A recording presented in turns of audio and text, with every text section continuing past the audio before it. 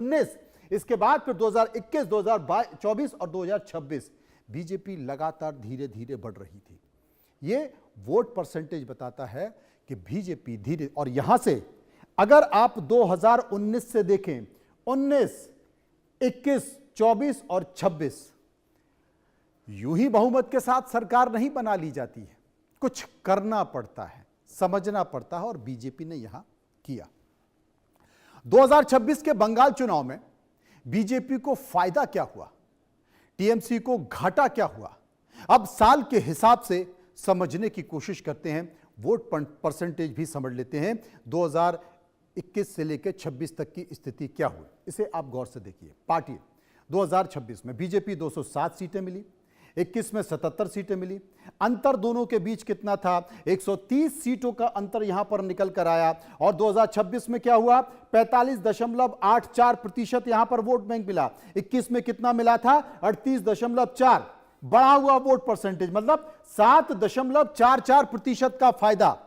7.44% का यह जो समीकरण है, बीजेपी ने केवल 7.44% वोट परसेंटेज अपना बढ़ाया तो 135 सीटें हासिल कर ली। टीएमसी ने क्या किया, 80 सीटें 2026 में मिली। 2021 में कितनी सीटें थी, 215 सीटें थी। वोट जो अंतर आया कितना आया, 135 सीटें टीएमसी की घट गई।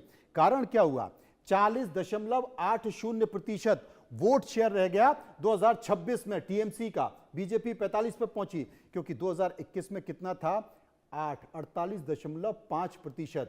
कितना माइनस हुआ, 7.7% टीएमसी का माइनस हो गया और 7.44% बढ़ गया बीजेपी का।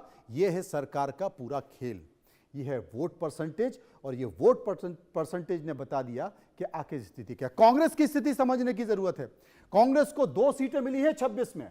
2021 में इनके पास एक भी नहीं थी। अंतर कितना था, +2 सीटें, एक भी नहीं थी। वोट परसेंटेज कितना था, 2026 में आया 2.97%, और 2021 में क्या था, 3.1%।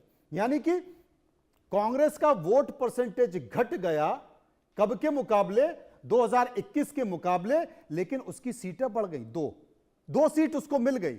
और 2021 में कितनी थी, एक भी सीट नहीं थी। और वोट परसेंटेज कितना था, 3.1%।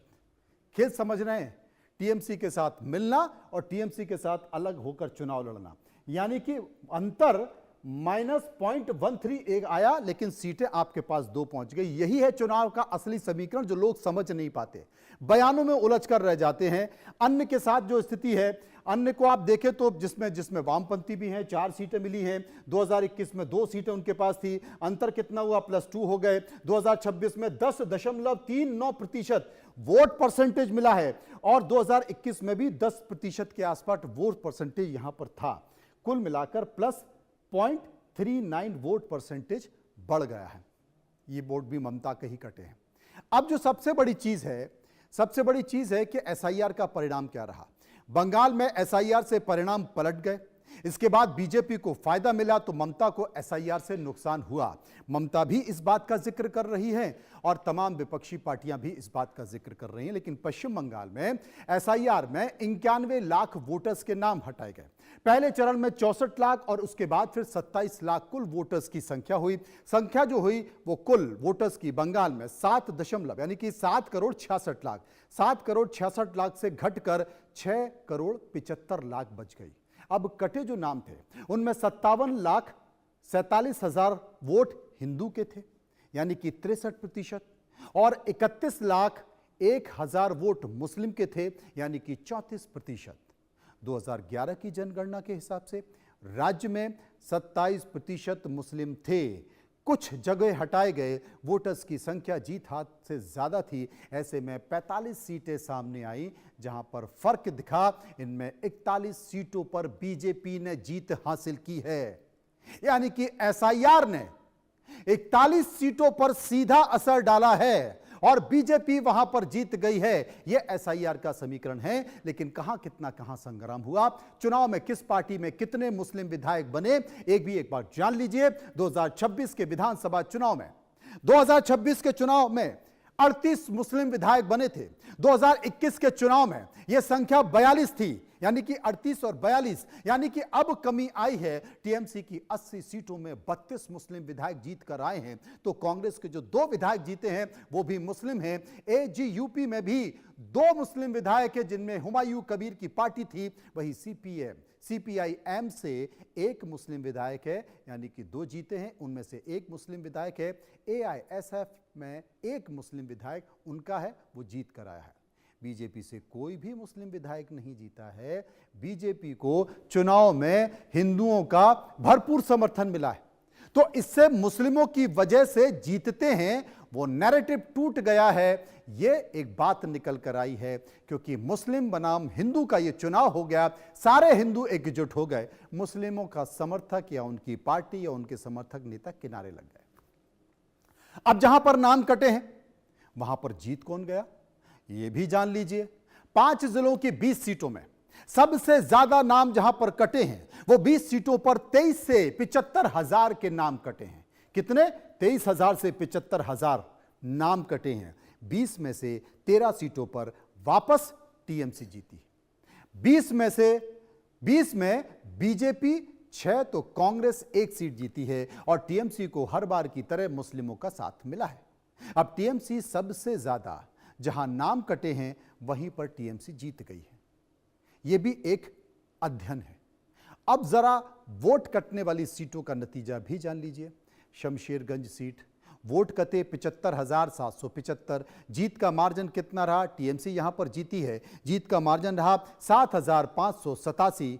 लालगोटा सीट वोट कटे 55,420। जीत का जो मार्जिन रहा वो कितना रहा? 18,960। कौन जीता? यहां से भी टीएमसी जीत गई। भगवाल गोला सीट वोट कितने कटे यहां पर? 47,493। जीत का मार्जिन कितना रहा? 56,407। यहां पर टीएमसी जीती है। रघुनाथगंज वोट कट गए 46,100। यहां पर कौन जीत गई? टीएमसी 40,555 से। अब माटियारबुज सीट वोट कितने कटे? 39,579। जीत का मार्जिन टीएमसी जीती यहां पर 87,879। ये जीत है। बंगाल में भगवा क्यों ले रहा है?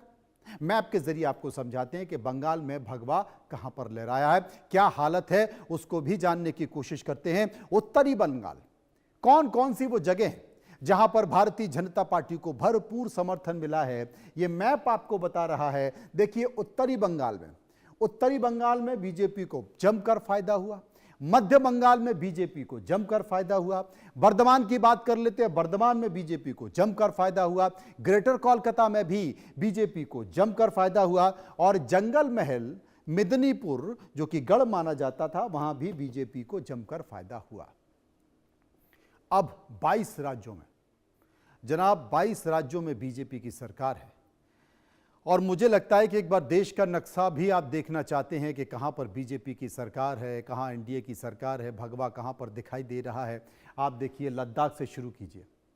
लद्दाख जो कि यूनियन टेरिटरी है, वहां से शुरू कीजिए, और वहां से शुरू करते हुए आप जम्मू कश्मीर को छोड़ दीजिए, क्योंकि जम्मू कश्मीर में बीजेपी की सरकार नहीं है। तो आप देखिए, अगर आप निकले तो पंजाब में सरकार बीजेपी की नहीं है, जम्मू कश्मीर में सरकार बीजेपी की नहीं है, हिमाचल प्रदेश में सरकार बीजेपी की नहीं है, लेकिन हरियाणा में सरकार बीजेपी की है। मुझे लगता है कि थोड़ा सा नक्शे में ब्लू कलर आ गया, लेकिन यहाँ पर हरियाणा में बीजेपी की सरकार है, दिल्ली में बीजेपी की सरकार है, उत्तराखंड में बीजेपी की सरकार है, बिहार में बीजेपी की सरकार है। यहाँ पर अरुणाचल प्रदेश में चले जाएं तो वहाँ तो पूरा ही आपको दिखाई देगा, एकदम भगवा फहरा हुआ है। फिर इसके बाद मध्य प्रदेश में बीजेपी की सरकार, गुजरात में बीजेपी की सरकार, महाराष्ट्र में बीजेपी की सरकार, गोवा में बीजेपी की सरकार, कर्नाटक को छोड़ दीजिए कांग्रेस की सरकार, केरल में भी कांग्रेस की सरकार चली गई है। इसके साथ साथ आंध्र प्रदेश में एनडीए गठबंधन की सरकार, पुडुचेरी में गठबंधन की सरकार, और तमिलनाडु में एक अलग सरकार निकल कर आ गई। पश्चिम बंगाल अब पूरी तरह से भगवामय हो गया है। त्रिपुरा में भी बीजेपी की सरकार। तो ये एक बड़ा नक्शा है। 22 राज्य जैसे हैं। उड़ीसा भी छूट गया, उड़ीसा में भी बीजेपी की सरकार है, जो मुझे लगता है कि फिलहाल यहां पर उस तरीके से दिखाई नहीं दे रहा है, लेकिन उड़ीसा में भी बीजेपी की सरकार है। 22 राज्य ऐसे हैं देश में जहां पर बीजेपी की सरकार है। अब भले ही मुख्यमंत्री ममता बनर्जी चुनाव हार गई हों, लेकिन इस्तीफा देने को लेकर तल्खियां बढ़ गई हैं। ममता ने कहा है कि मैं हारी नहीं हूं, मुझे हरवाया गया है। अब इस्तीफा देने को लेकर तल्खियां बढ़ गई हैं। बयान सुन लीजिए। কেন কিসের জন্য আমরা তো হারিয়ে নিয়ে যাব, হারলে আমি যদি শপথ দিতে যেতাম তাহলে আমি রেজিগনেশনটা করতাম। এখন তো কোশ্চেন ডাজন্ট অ্যারাইজ। জোর করে দখল করে যদি কেউ মনে করে যে আমি কি রেজিগনেশন দিতে হবে, no, not that. Now also I want to say that we didn't lose the election. It is their forceful attempt to defeat us. Officially, they may, through election commission, can defeat us. But morally, I am telling you that we won the election. में party प्रवक्ता बताएगा, constitution में सब लिखा हुआ है, ज्यादा बोलने का जरूरत नहीं। अब बंगाल के राजनीतिक समीकरण और वहाँ की स्थिति को लेकर हम जनता के बीच गए। वहाँ जाकर कुछ हमने सवाल तैयार किए, सवाल पूछे, लोगों ने उस पर अपनी राय दी। एक सर्वे हमने तैयार किया। सर्वे का पहला सवाल आपके टीवी स्क्रीन पर। पहला सवाल हमने लोगों से पूछा कि 207 सीटों के साथ बीजेपी पश्चिम बंगाल में सत्ता को आप कैसे देखते हैं। लोगों की जो राय निकल कर आई, लोगों की राय 82% लोगों की राय निकल कर आई। ये वाकई एक ऐतिहासिक बदलाव है। इसके साथ साथ 11% लोगों ने कहा सामान्य चुनावी परिणाम है। 7% लोगों ने कहा बीजेपी ने वोट चोरी की है। और इसके अलावा एक और दूसरा सवाल जो कि हमने लोगों से पूछा, दूसरा सवाल कि क्या टीएमसी के वोट बैंक में गिरावट का मुख्य कारण सरकार से लोगों की नाराजगी थी। लोगों की राय निकल कर आई। 74% लोगों ने कहा हाँ, यही एक बड़ा कारण था। 20% लोगों ने नहीं, ऐसा नहीं था कहा। और इसके साथ 6% लोगों ने कहा कुछ हद तक सही है। एक और सवाल जो लोगों से हमने पूछा कि क्या इस चुनाव में वोटिंग में धार्मिक पहचान से ज्यादा विकास के मुद्दे हावी रहे। लोगों से चर्चा करने की कोशिश करते हैं। 68% ने कहा हाँ, पूरी तरह था विकास के मुद्दे। 21% ने कहा पहचान असरदार रही। और 7% लोग इस हद तक बोले कि कुछ हद तक वाकई ऐसा लगा। एक और सवाल जो कि हमने लोगों से पूछा, वो सवाल था कि क्या 134 सीटों का नुकसान टीएमसी के खिलाफ जनता का मूड स्विंग होना है। लोगों की राय निकल कर आई। साफ गुस्सा दिखता है इस चुनाव परिणाम में। 71% लोगों ने कहा, 70% लोगों ने कहा नहीं, ये सामान्य बदलाव था क्योंकि 15 साल की सरकार ममता बनर्जी की हो गई थी। 8% लोगों ने कहा कुछ हद तक लोगों में गुस्सा दिखाई दिया। और 4% लोग इस पर कुछ भी कहना नहीं चाहते। सर्वे का पांचवा आखिरी सवाल कि क्या इस जीत से बंगाल की राजनीति में एक नए युग की शुरुआत हो गई है। 70% लोगों ने क्या कहा, 70% लोगों ने कहा नया राजनीतिक दौर शुरू हो गया।